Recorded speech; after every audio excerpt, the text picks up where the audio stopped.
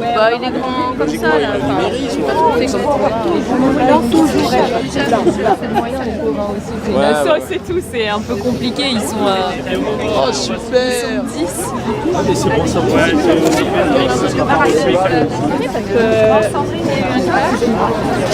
Toi, tu fais partie de... Donc je sais pas ce que ça va donner. Moi, ça y est, on a Dire au niveau des gens qui donnent une excuse, quoi, ça m'intéresse pas, c'est pas mon problème.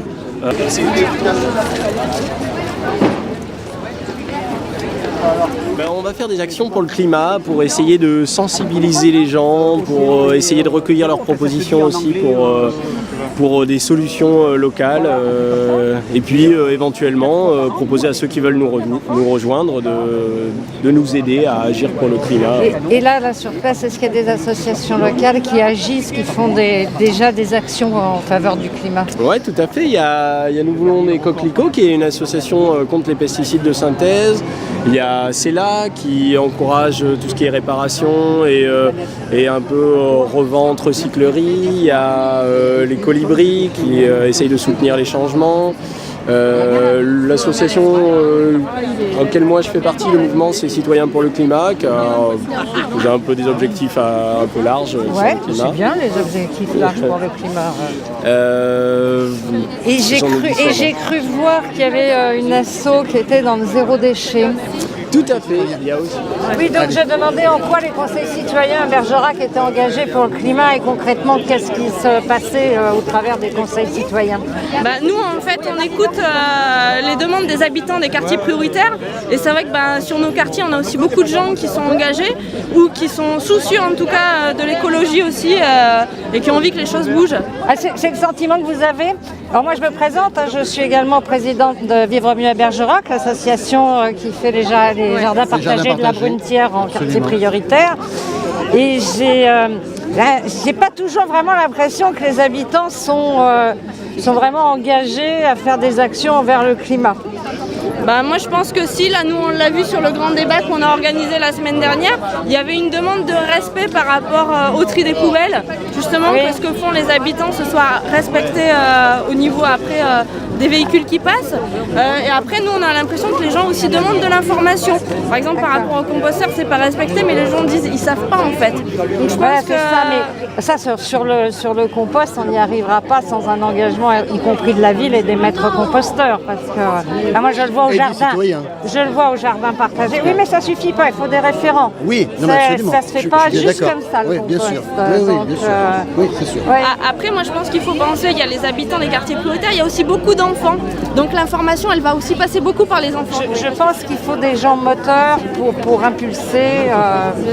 Et je pense que le conseil citoyen serait une bonne lorsque nous avons eu ce grand débat, nous avons pensé effectivement travailler en collaboration justement avec la mairie de Bergerac et la communauté d'agglomération bergeracoise pour inciter justement les locataires, ne serait-ce déjà que les locataires des immeubles, de pouvoir travailler avec eux.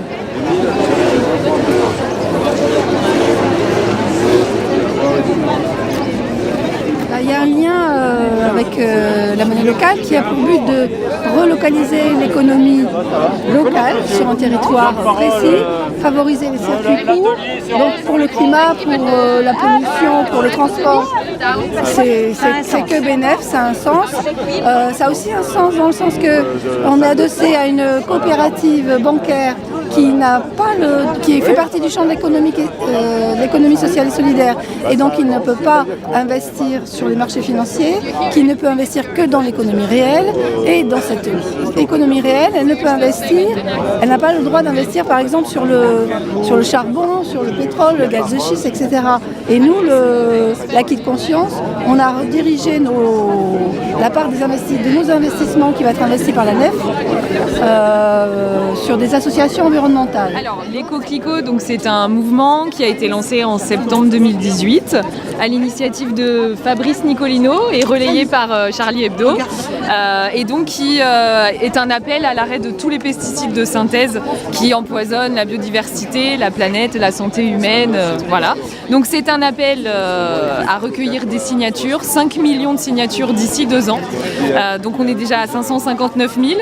Voilà. Et dans quel but recueillir ces 5 millions de signatures? Dans le but de demander à nos hommes politiques, à notre gouvernement de faire vraiment quelque chose pour arrêter les pesticides de synthèse, parce qu'il y a déjà des alternatives qui existent, qui sont là. Il y a déjà des gens qui n'utilisent plus de pesticides, ça se fait, ça se pratique. Il y a de la recherche là-dessus. Donc après, on est bien conscient que face à certains lobbies, on est... La tâche est rude. On est bien peu et la tâche est rude. On a vu que de grosses ONG environnementales ont déposé donc le dossier à un recours contre l'État. Oui. Qu'est-ce que vous en pensez? Je pense qu'à un moment, la justice peut aussi intervenir quand le politique n'agit pas. Et que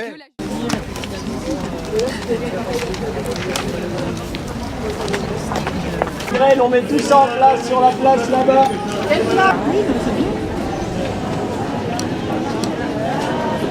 J'ai rien fait pour le climat parce que j'avais piscine tout simplement, parce que j'aimais trop manger les entrecotes, parce que j'aimais trop faire plein de choses.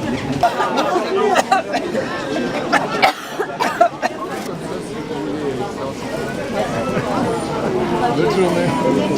Il y a des bouches, et plus ça peut...